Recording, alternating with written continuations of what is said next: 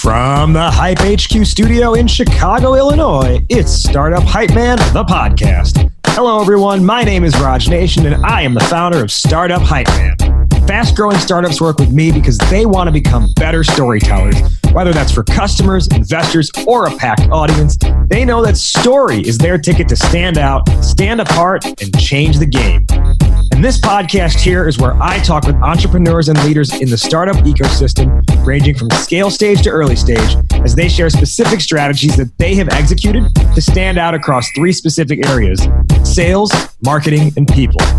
Before we begin today's episode, remember you can head to startuphypeman.com and subscribe to the newsletter that doesn't suck. You'll get new podcast episodes and timely reads written by me, but also helpful articles from around the web and a notice of upcoming pitch competitions. All right, let's dive in and hear how today's guest is changing the game. Ladies and gentlemen, making her way to the microphone from Charlottesville, Virginia, and currently residing in Chicago, Illinois. She is the CEO of Jellyvision. Please welcome Amanda Lannert. Please follow me everywhere. Please. Please introduce everyone and all things like that. Hello. How about your next all hands meeting internally? Just pipe me in on the conference call right before you start. Hilariously, it'll be met with a smattering of polite applause because oh, here she's gonna talk about our numbers again. I'll be what? So good. Well, friends, foes, ladies and gentlemen, she is Amanda Lannert, as I mentioned, the CEO of Jellyvision, and she's really been a key figure in driving the company since it was founded in 2001. At this stage, she's focusing on company strategy, improving processes to scale operations, partnership development, furthering customer acquisition, and more. Jellyvision serves more than 1,500 clients, mostly within the Fortune 1000 through their product Alex, which is an employee decision support platform.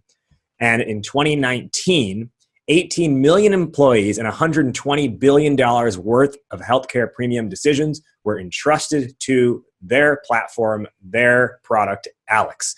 Today, we are talking about a very interesting topic that might be on a lot of your minds, and that is the idea of the pivot, which I don't know if anyone knows this better than Jellyvision and particularly Amanda. Amanda, our topic today is pivoting from agency to SaaS. High level, why is this on your mind? Why is it important to you? I think it's important to me because it's one of the things I get most sought out for counsel. How did you go from just paying the bills one customer at a time to having a really scalable business where, the fundamental reality is oftentimes when you're in a business, you want any dollars, just dollars to stay alive. And then you start to realize not all dollars are created equal. There are some dollars that are in fact more valuable than others. And Jellyvision has gone through, many, many lives. But one of the things we learned is that SaaS is definitely more interesting, more scalable, and more valuable than not SaaS. And there are many, many lessons learned about how we sort of changed and became the company that we are today, which I'm happy to try to share. We're going to dive a whole lot more into that as our conversation unfolds. Before we get there, let's learn a little bit more about Amanda, the woman, the myth, the legend, the goat herself, as she looks inside what are you talking about, me? So, Amanda, I'm curious, how many siblings do you have? Or maybe the answer is 0. And how do you feel that shaped your ability to create relationships? I have 2.5 siblings, and I grew up, I'm 14 months apart from my older brother, 5 years older than my younger sister. And my family is geographically really dispersed. My sister's in LA, my brother's in Nashville, I'm in Chicago. We live like we don't like each other, but my siblings are some of my very favorite people on the planet. I am the least successful of my siblings. My brother is a Grammy Award-winning country music producer. My sister is an executive in a content, media and content. And they're hilarious. And, my sister's my best friend. So family is very important to me. I like noise and fracas in my own family because of the family I grew up in. But definitely it's really nice to have blood relatives that you actually like. And I'm very lucky in that way. I've been very lucky with family in every aspect, in every angle throughout my life. So that's really interesting that you say you're the least successful of your siblings. It wasn't always the case, but the jerks totally passed me by. I was just like, oh. What do you feel then you've maybe gleaned or learned from having a brother who's a Grammy award-winning producer and a sister who's a award-winning creative producer? Like, what do you feel and a creative executive? Like, what do you feel you've learned from them, even though they don't do the same trade as you? Yeah, my brother is the greatest entrepreneur I know. You know, my dad's a doctor. My mom was a nurse, turned stay-at-home mom, turned sort of like various careers in business. But we had parents that kind of knew what they wanted to be and then stayed in that lane their whole lives. And my brother was a guy who was at the University of Virginia, dropped out to my parents' great dismay. And we're a family of like, you study, you get the best education you can. And this guy drops out of school, ends up at a school called Belmont, which is a country music Christian school in Nashville, and then ends up sort of mixing and engineering music and started to save money where then he could build his own studio.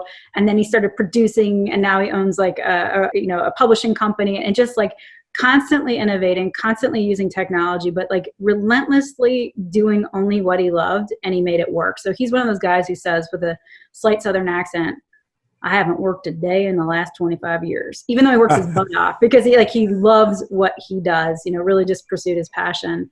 And my sister is one of those people, she's just really smart. She brings her whole self to work, has a great sense of humor. But I think if there's any lesson from my siblings, it's you do work hard. We don't cut corners. We are students. We study. We put in, the sweat equity.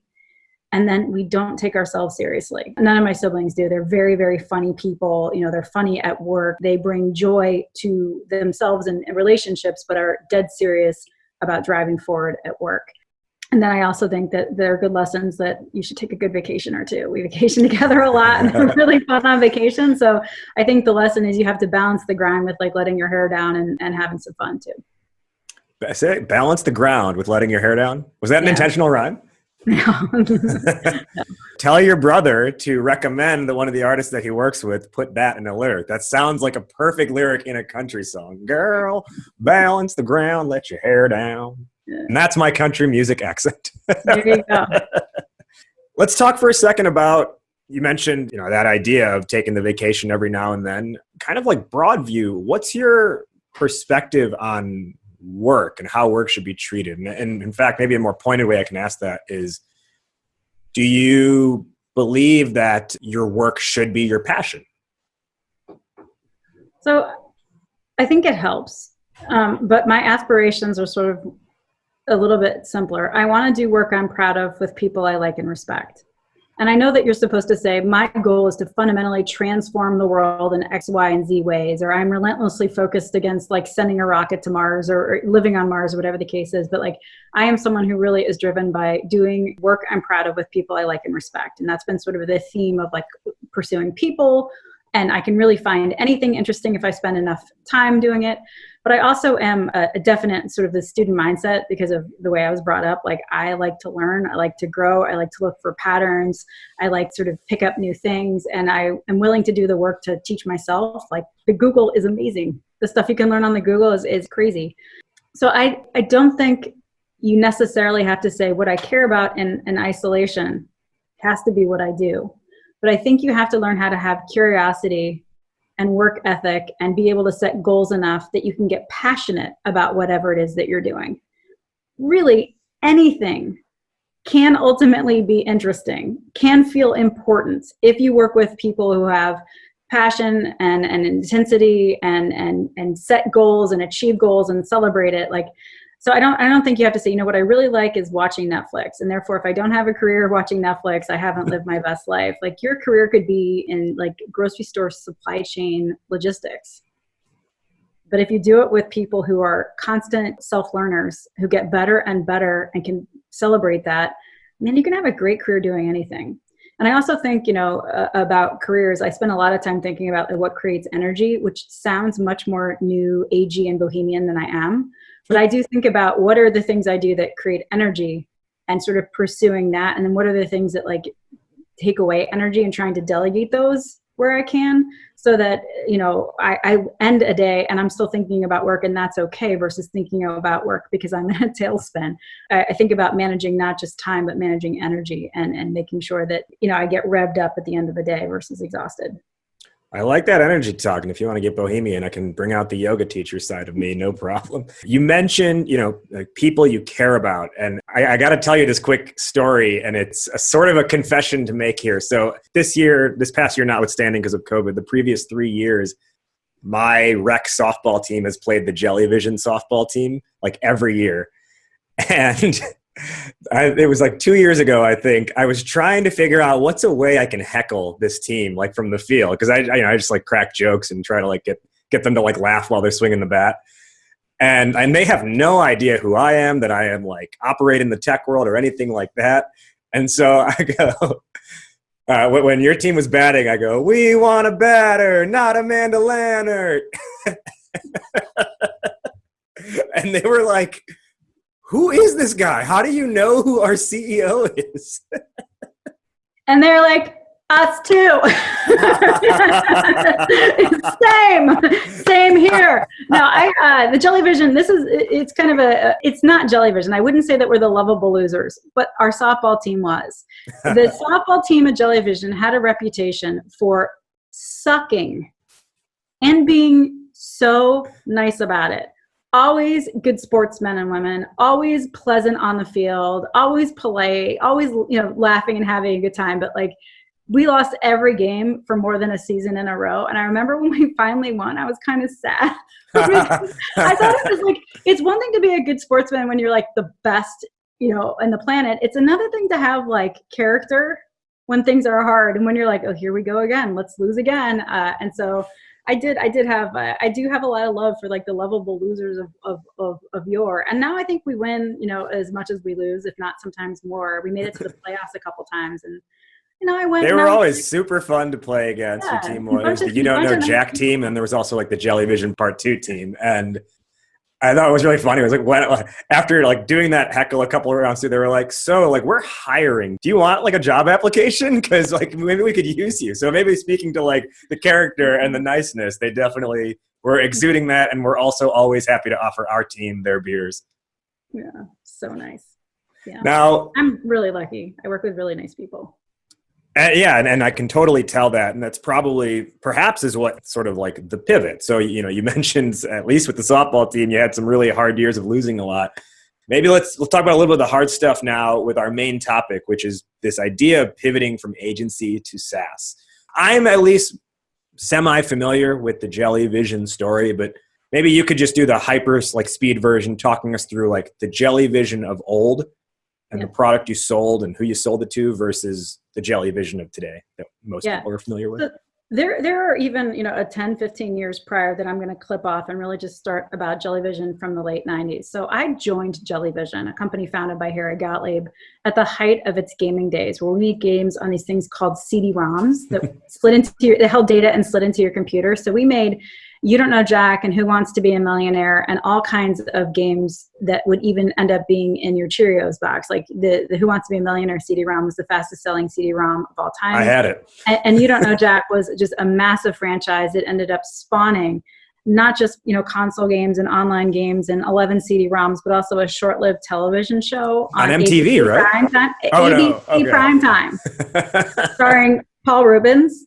aka Pee Wee Herman. Can't make it up. I remember this show. So that's the company I joined. I joined when Jellyvision was making games. But when the CD-ROM market died, and it died quickly because of this thing called the internet, where price points went from $30 to $20 to $10 to $5 in 18 months. So too did our business in gaming. So as we're kind of figuring out, all right, then there's the .com explosion, bust, and what do we do? How are we going to finance this business as games and people, but not yet money, we're moving online? What do we do? And the founder is like, I never really liked gaming in the first place. We sort of just got lucky. And I mean like extraordinarily lucky, where Harry created You Don't Know Jack and the company owned it.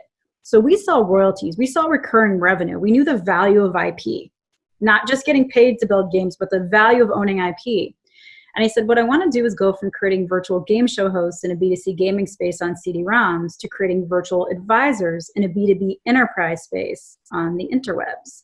Our sort of thesis of the company that then was rebooted, sort of the spawn of the gaming company, the company I run today, was designed to create virtual advisors, to go to where there's furrowed brow, where people are trying to do something complicated and boring, but important, and we'll talk them through it.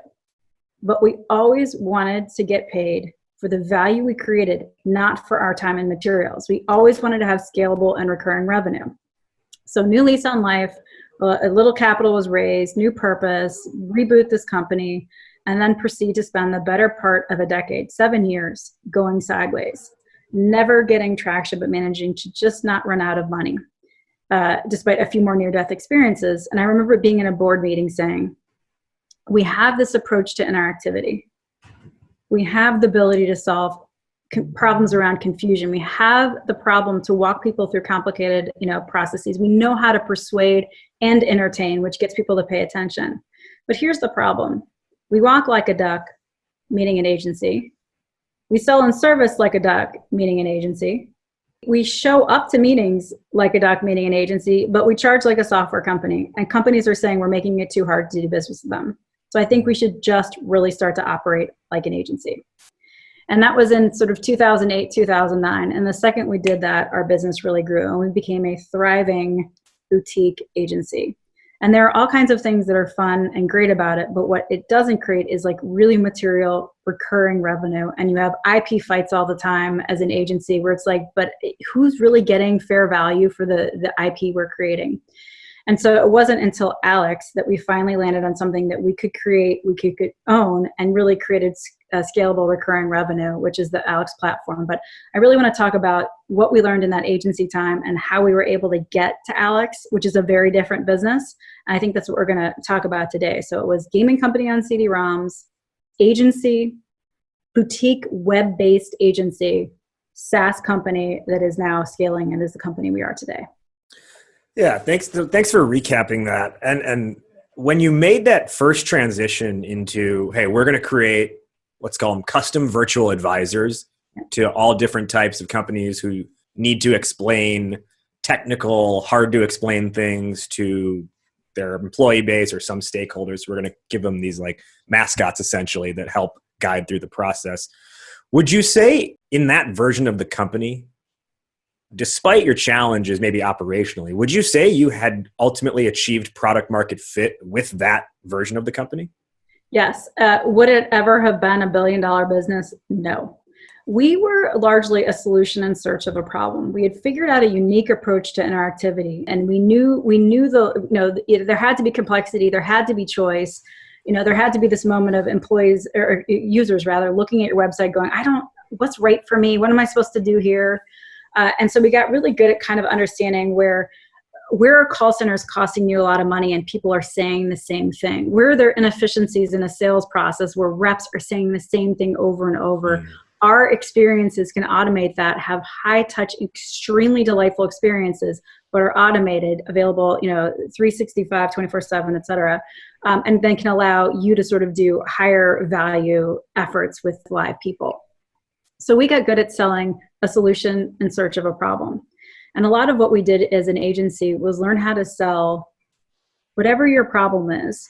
Here's our solution. And you want to trust your dreams and your problems with us, like project-based business, where we wouldn't also then build your website and also do this. So really sort of a unique niche approach to agency business, where we didn't want to be your agency of record, and we didn't want to build your entire website and every landing page therein. We wanted to solve a specific problem, a really big, gnarly, valuable problem, and we did it one-off, where we would also often get repeat business, and then charge a small ongoing fee for hosting, maintenance, change orders, analytics, things like that. But that was basically the business. Hey, big company who's trying to sell something or explain something really complicated, can simulating a conversation with a robot or software and the user sitting in front of a screen help you create velocity in a sale, help you match students to the college that's right for them, help you understand you're having problems sleeping. Is it a neurological problem, a psychiatric problem, or should you see your general care physician? These kinds of like decision moments we were automating and building software that helps solve those problems around navigation and comprehension online. So given that you do believe you did achieve product market fit in that version of the company, the boutique agency version, perhaps you can maybe just extract a lesson from that for the listeners, because I think the big goal of a startup the first few years is achieve product market fit. But I think you're making a case that product market fit is not necessarily the entire picture, because you can get there, but still maybe be building the wrong company. So what would be like the indicators that say you need to look at these things alongside that PM fit? Yeah, so let's break down sort of like, what is product market fit to me? I think product market fit is when you can sell the same thing over and over to satisfied customers repeatedly. And while we would build custom solutions, it was kind of the same bucket of solutions. So we had to do a lot of work for every sale beyond the sale itself. We had to like build the software, but it was sort of repeatedly. The problem was it was niche. It was never going to be a big business. And this was a company that was built on aspirations of being a big business. We had raised venture capital. There are two ways to finance a business. Two types of VCs, in fact.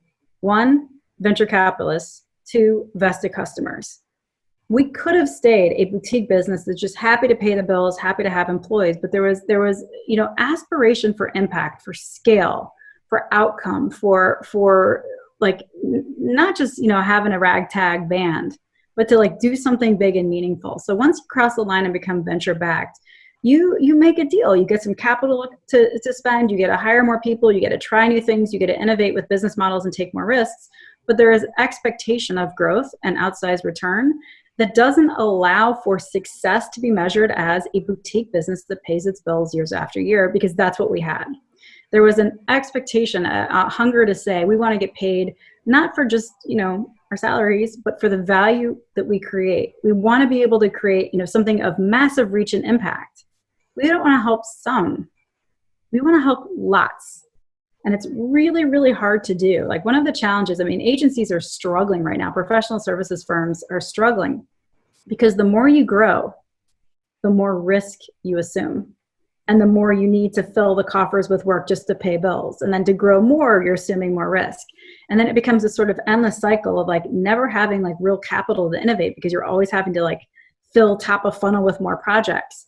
And we wanted to be able to create something that was more scalable, that we could win based on the value we created versus just having to do more sort of billable hours.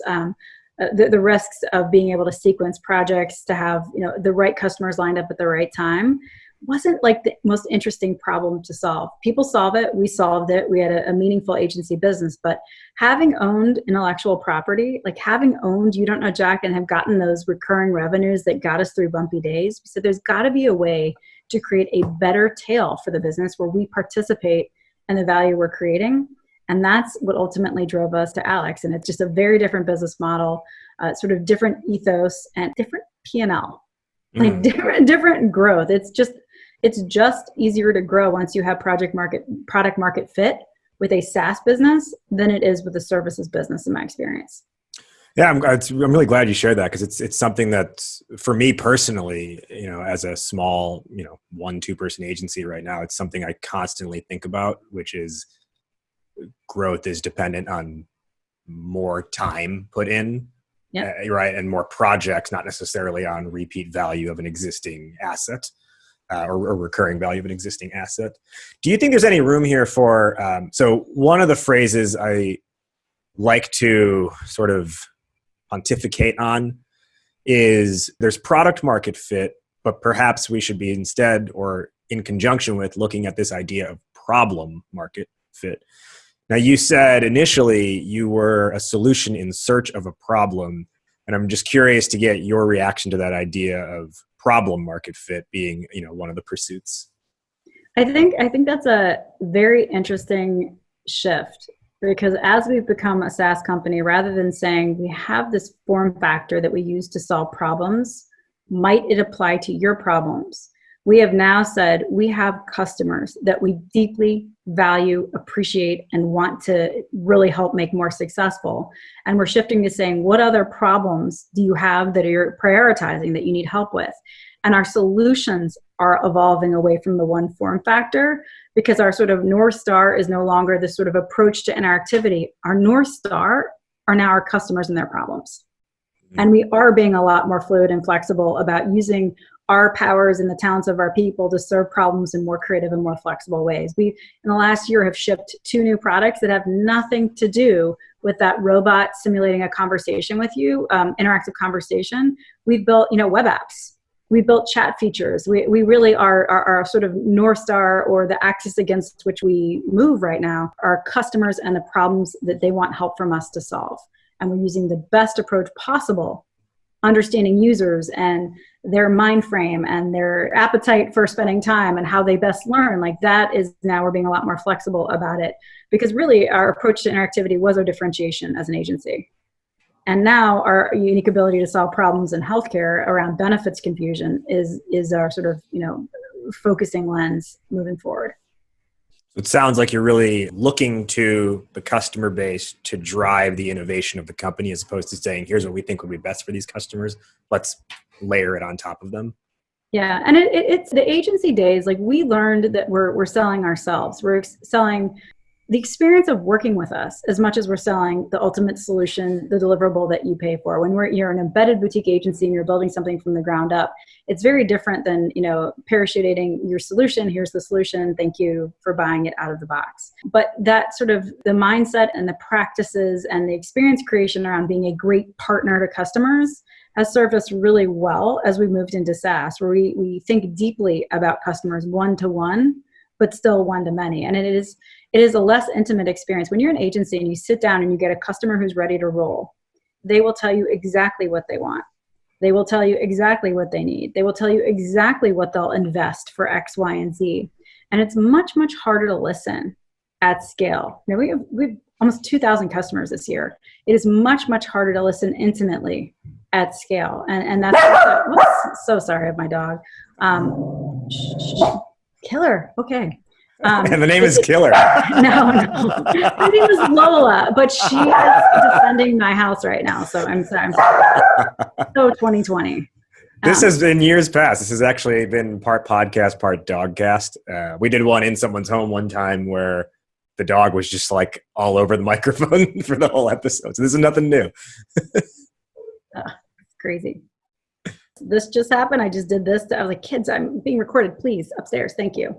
Not now. All right. SaaS. Yes. So we were talking about sort of the idea of the sale and the sale process that you were noticing, where like listening is different. Yeah. And just let me try to give you an example of what I mean by like the experiences we used to create. So much is like getting to know your customer, getting to know their teams, understanding their hot buttons, how they make decisions, how to get something approved. And we've brought that sort of notion of experience creation into how we sell at scale, where you have less time and there's volume. Reps talk to 200-300 customers a year instead of 2 to 3 customers a year. Like, it's just a very different level of scale. But we still try to remember those lessons of like how to curate delight. So for example, back when we used to be able to leave our houses and not have our dogs interrupt meetings, there was this moment of where you'd walk into someone else's office and you would be setting up the presentation where you're trying to put your best foot forward, but you have to futz.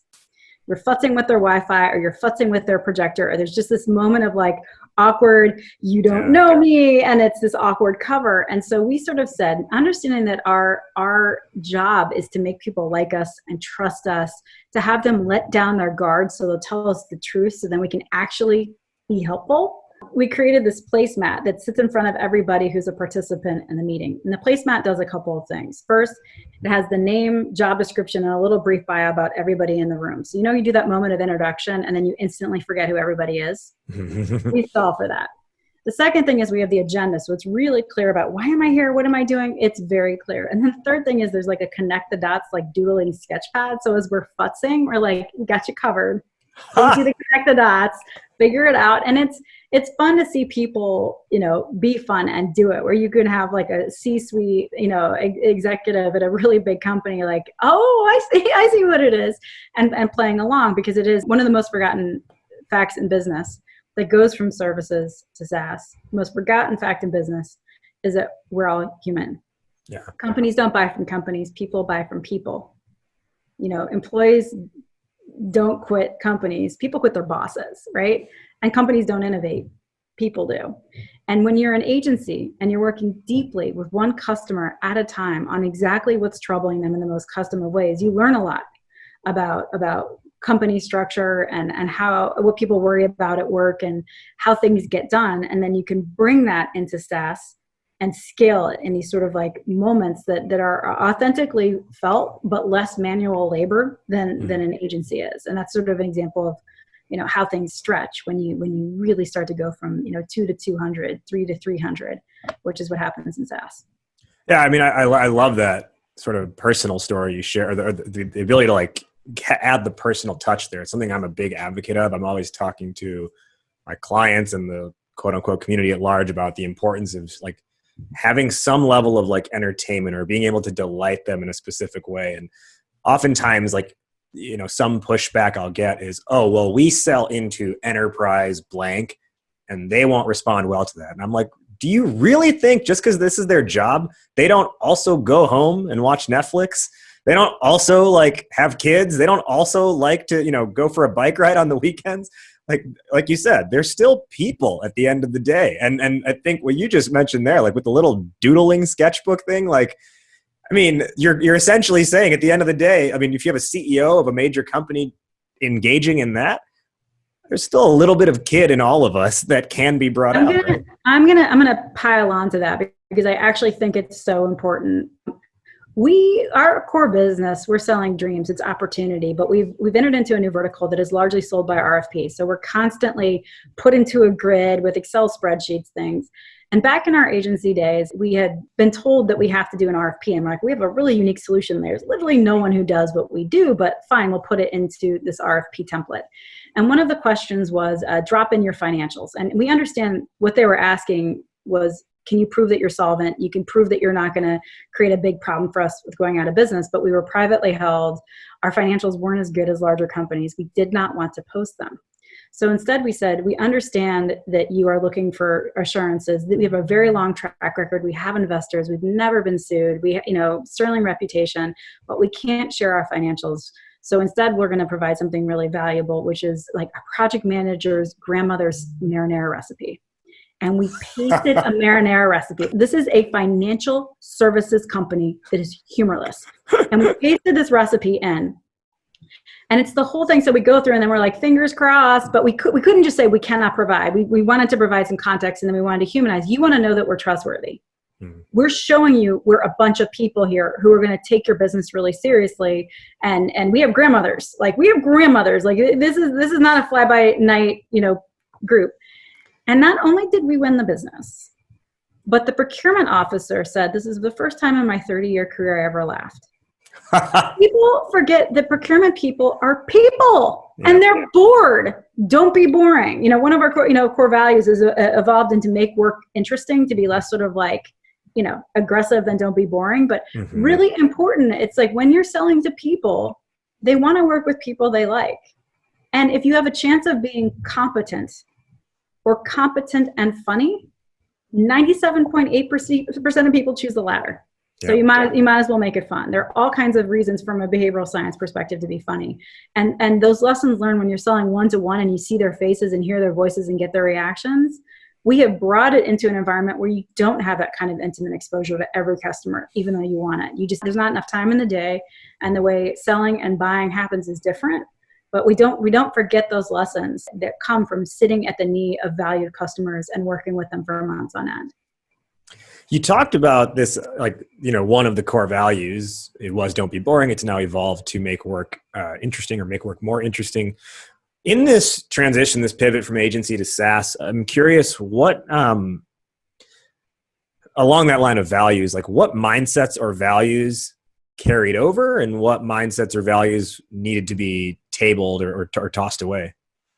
So from a core values perspective, literally nothing changed, right? We didn't change our core values at all, but it is very different to build products based on what one customer wants at a time versus to try to listen or extrapolate the listening to thousands. So we were very slow and very late in really building true product, capital P product functions at Jellyvision.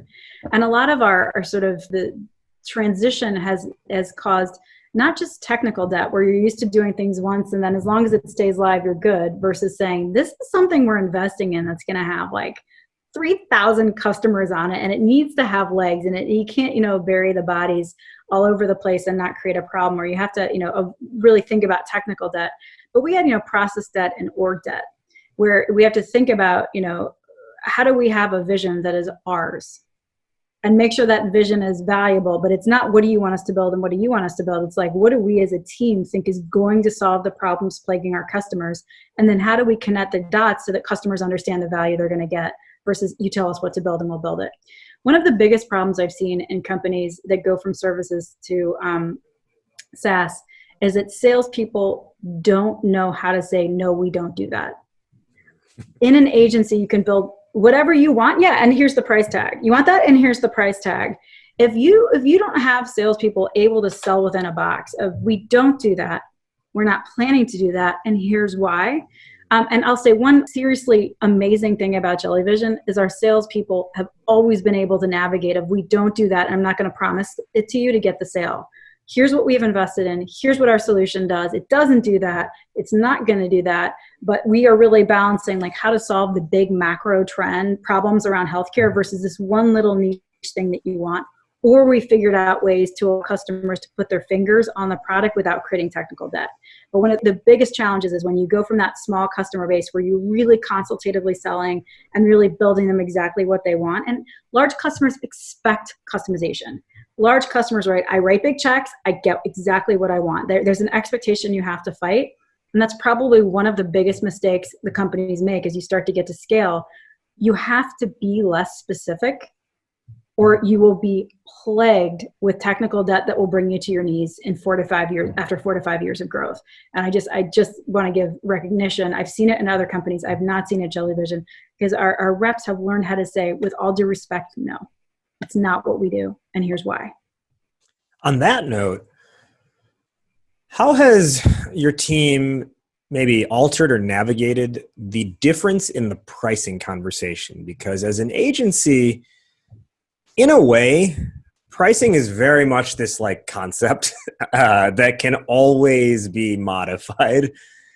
Whereas when you're selling a product, I think it's a different sort of scenario where there is an idea, there's a set price on something, but depending on company, depending on the salesperson, they also view that as a sliding scale, but in a different way, because they're just like, oh, if I discount, I can get it versus, well, sure, if you want to do this, we can add scope, we can reduce scope to meet your needs. So how does the pricing or how has the pricing conversation differed? I think there's sort of an evolution and it also matters. It's easier to grow when you're SaaS. If you're making something valuable, it is just easier because anybody you successfully work with and you do a good job for, like next year, they're there. And then if you work just as hard, your business doubles. Like that's the reality of SaaS versus services. And there might be a little bit of churn and there might be some upsell, but like the reality is if you just work equally hard year after year in SaaS, that, the business should come close to doubling. And that is not true with services. If you want to grow in services, you typically, you want to grow by 10%, you have to work 10% more and have 10% more people. But one of the differences that relates to both, services to SaaS, but also to scale is when you first go to market and you're teeny tiny, you're telling your story, the founder story, the vision story. And early adopters really lean in and they love like, oh, I'm so obsessed with the problem that you're solving that I'm willing to take a risk on a teeny tiny company. And very often they'll pay you the most, believe it or not. Everyone discounts early demos and prototypes. I'm like, don't. The people crazy enough to work with a high-risk startup are also the biggest believers, charge accordingly. A lot of service work for us was just like, how much do we think you have? How much do you think you have? Mm-hmm. And as we've grown in a SaaS business, the storytelling is not about the founder, the vision, the why. It's about customer successes. Our social proof is now other people in your shoes that have walked before you. And our benchmark around pricing are other SaaS solutions that you may be buying. So it's incredibly contextualized very differently from us and you, and how much money do you have, and what's the dream vision we can sell to. There is ethos of other companies. This is what they're investing. This is the ROI we're getting. And you already have these things on the roster. This is where we fit in proportionally. And it's not like, if we think you have more money, do we charge you more? We don't. That game is over. Our job now is to show the return you're going to get for the investment in our software and how it is superior in terms of the magnitude of the problem, the urgency of the problem, and the value you get versus other things you could do. Because it's not just money.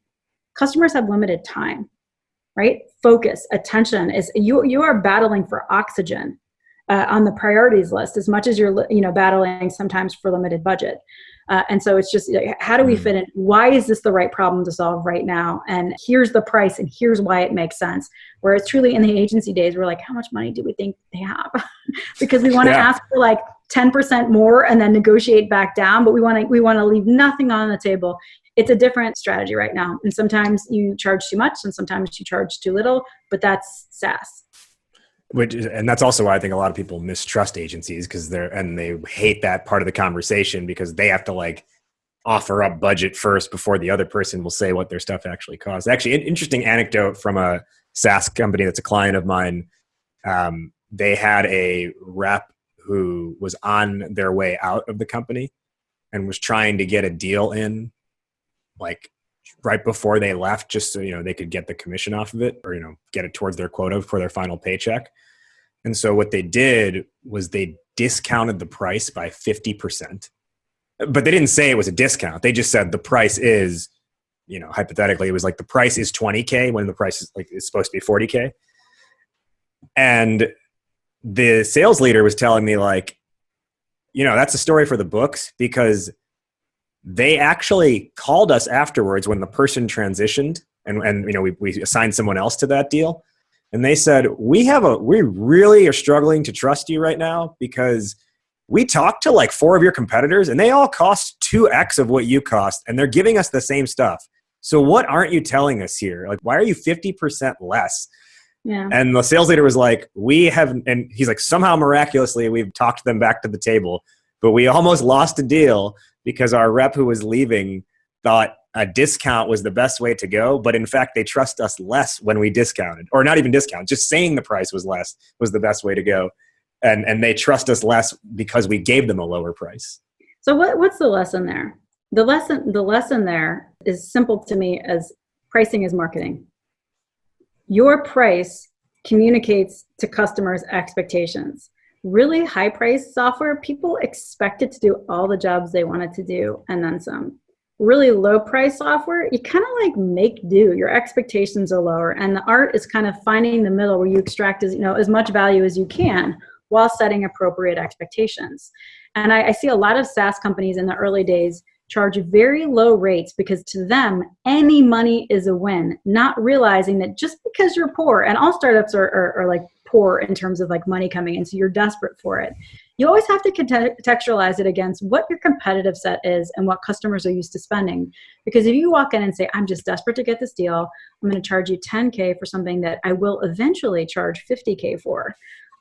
You're saying my solution isn't fully baked. My team isn't fully mature. I'm going to get a haircut somewhere, because when it's marketing. It's an incredibly important art and science, but art in marketing, where you're setting expectations about the quality and depth of experience out of the gates about what a customer can expect. And more often than I see startups charging too much, I see startups charging too little, and potentially raising red flags about the quality and depth of products accordingly.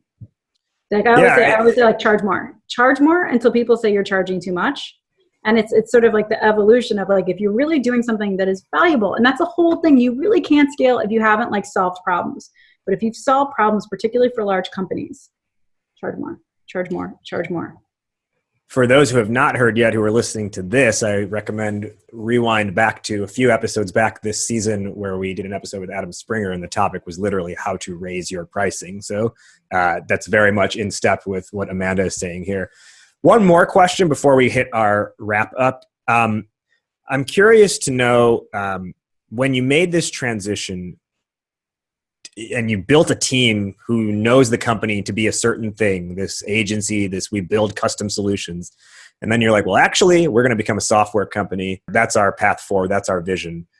Did you face resistance internally? And perhaps in accordance with that, were there parts as you became the software company where you were like, oh my God, this is not going to work? No and yes. Really tried to explain why. Like, the reality is there can be feast and famine with services business. We don't line things up perfectly. And where's the next project? Where's the next project? Oh, thank goodness it just dropped in the nick of time. Like, there's a feast or famine to services businesses that isn't super fun, right? So the idea of saying more predictable revenue, more, recurring revenue, better solvency, those kinds of things, like, people are like, yes. Jellyvision people are smart, like, yes, that makes sense.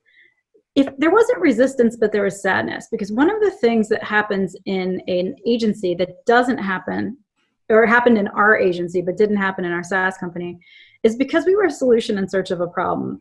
We would learn about 10 different businesses a year, 20 different businesses a year, 30 different businesses a year, where you're learning about sleep disorders and IUDs and CAD software and Salesforce editions and schools that kids can go to and various things around healthcare. Like, because of the breadth of our portfolio, we learned a lot about a lot. And that the mental gymnastics about having to deeply immerse yourself and become a master in something really quickly is fun for curious people.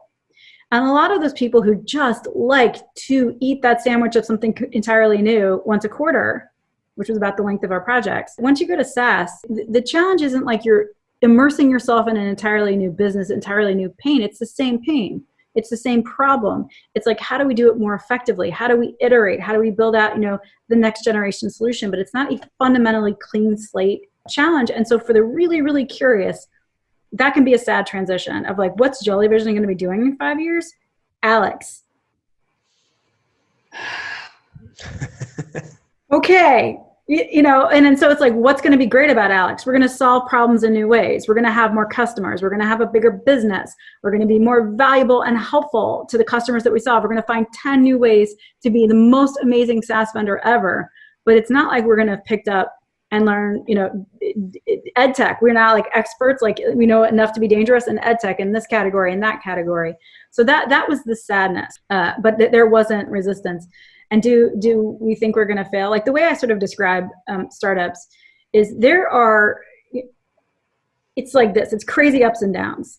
And they happen even in the same meeting, where you might think, we're going to get this deal, and then we're going to get all the deals, and we're going to take over the world, to I'm not only going to not get this deal, I'm going to get no deals. I'm going to have to shut down the company. I'm the biggest failure in the world. The highs and lows are so fast and furious in your early days. Like, and extreme. In a 30-minute meeting, you high, low, high again. When you grow, it's not like those highs and lows stop. They just have more space in between them. So it's really rare that you might think you're both going to dominate the world and utterly fail in the same 30-minute meeting. But in a week, you can get news that you're like, this is the best thing ever. And oh no, I'm going to do the crawl of shame home to my parents and be like, can I live in your basement? So it's still there. I think anyone who like really doesn't worry when they're responsible for paying paychecks of other people, like, to say that you don't worry, I don't know if they're like just so much of a better operator than I am, or delusional. But there's always worry. There's always like a new competitor where you're like, ooh, that sounds interesting. Or a change in the way things work, or new technology, like, Flash to HTML, 5G, what do all these things mean? Like, the world isn't standing still. So yeah, there's worry, but like, as long as we get the truth, like, you can't handle the truth. No, we can handle the truth. As long as we understand the truth about what matters to our customers, I believe we're capable of building solutions that will solve their problems. And just stay on our toes accordingly. Something I was actually telling my students in a yoga class this past week was, I kind of themed it around this idea of like navigating ups and downs. And I was like, but if you think of a sine cosine graph where you have the waves going up and down, there's that constant horizontal zero line. And if we look at ourselves as the zero line and the ups and downs are passing events, we understand we are a base in that whole process. We are the constant, and that there's like, you don't get pulled down as much. Not they don't affect you, they definitely will. But rather than thinking the high will last forever, thinking the low will last forever, you understand it's like you're this constant zero line that all these things just pass through. Let's go to our wrap up here. Where can our listeners find you, find Jellyvision, and learn more? Jellyvision.com, Twitter, LinkedIn, all the places we're there. Jellyvision, JELLYVISION.com. The question you told me would be the hardest to answer. Who is one person that you want to shout out? Could be a teammate, colleague, friend, mentor, advisor, investor, etc. Yeah, this has been a really hard year. It's been a roller coaster, and Jellyvision has had some very low lows and is ending on very high highs. And so when that happens, it releases all kinds of serotonin and dopamine, and it makes you incredibly grateful. So just picking one was really hard. And so I'm going to go with recency bias. Jellyvision just rolled out a stipend, just a $400 stipend. Like, we know you're at home, go do something nice for yourself to make your home office better, whatever it is. If it's buying chips or Cheez-Its like we used to have in the office, if it's upgrading your chair, whatever it is, just like, here you go do something to make your work home, your work life better for you.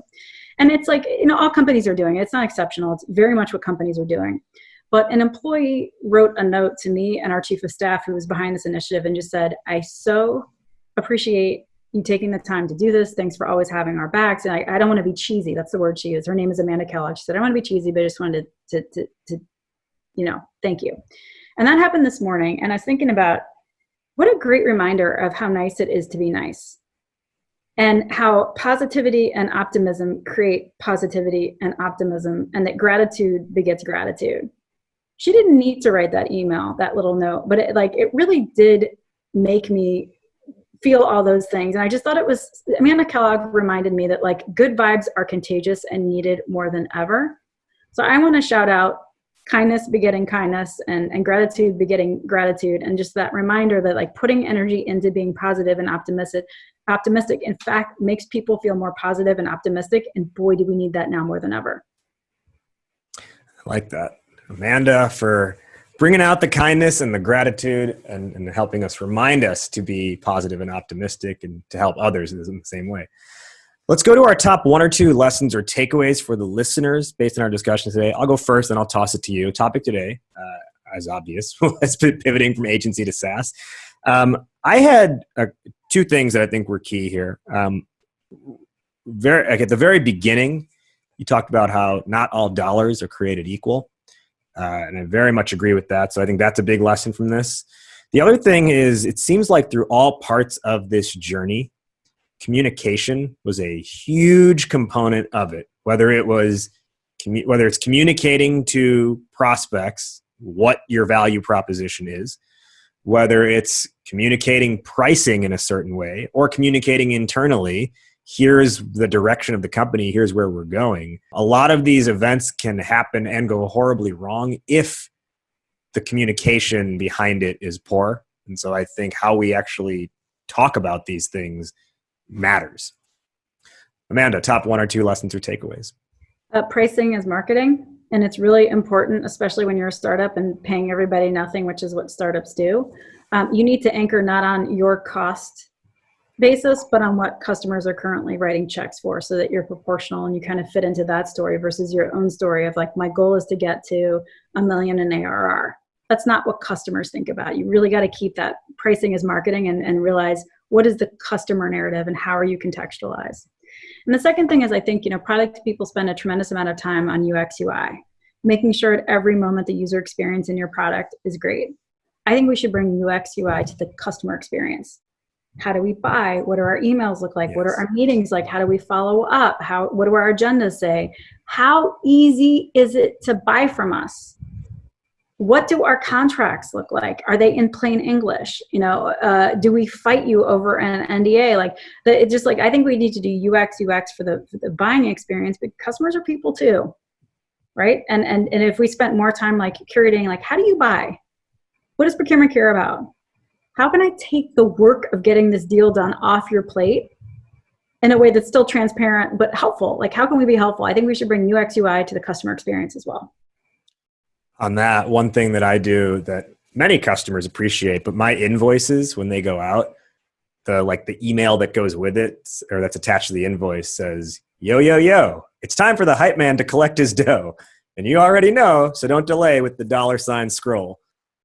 And then I'm like, please pay by this date. And thank you. Like, what have we said? And also, thank you for keeping us clothed and fed. We really appreciate it. So just you remember, you're this person, and it's not just a disbursement; it's your livelihood, and it's livelihood. You know what? I'm gonna add that as a suffix. Oh my gosh, that's like the Amanda Kellogg lesson. Like, it's always good to be grateful and to show it. Like, there's no like, oh, they're not going to pay you, but like, this isn't just a disbursement. This is our livelihood. Thank you for paying on time. And people will be like, oh, right, it's people. I'm not paying a vendor. I'm paying people, And then I like they're that a lot. willing to do it. I love that. Final question to close out, Amanda. Fill in the blank. Entrepreneurship is blank. Never linear. This is never this, it's this. So I say that to just give perspective. It's exhausting, but it's also sort of an unprecedented and incredible opportunity to learn and try new things and grow, provided you maintain a healthy sense of humor. Entrepreneurship is never linear. She is Amanda Lannert, CEO of Jellyvision. Amanda, thank you for taking the time today to be on Startup Hype Man podcast. Thank you so much for the opportunity. I appreciate it. That wraps up today's conversation. Did you like what you heard? Startup Hype Man, the podcast, is available on every major platform, including Apple Podcasts, Spotify, Google Play, and more. So be sure to subscribe on your platform of choice and leave a rating and review. Do you want to be an upcoming guest on the show? Email media@startuphypeman.com with your idea, and my team will review. Our theme song is Change the Game by Jay-Z, all rights owned by Rockefeller and Def Jam Records. And hey, if you want to work together on making your startup story the only one that matters, email me at rajiv@startuphypeman.com. That's RAJIV@startuphypeman.com. Well, that'll do it for today. Thank you for listening. Thank you to today's guests for joining.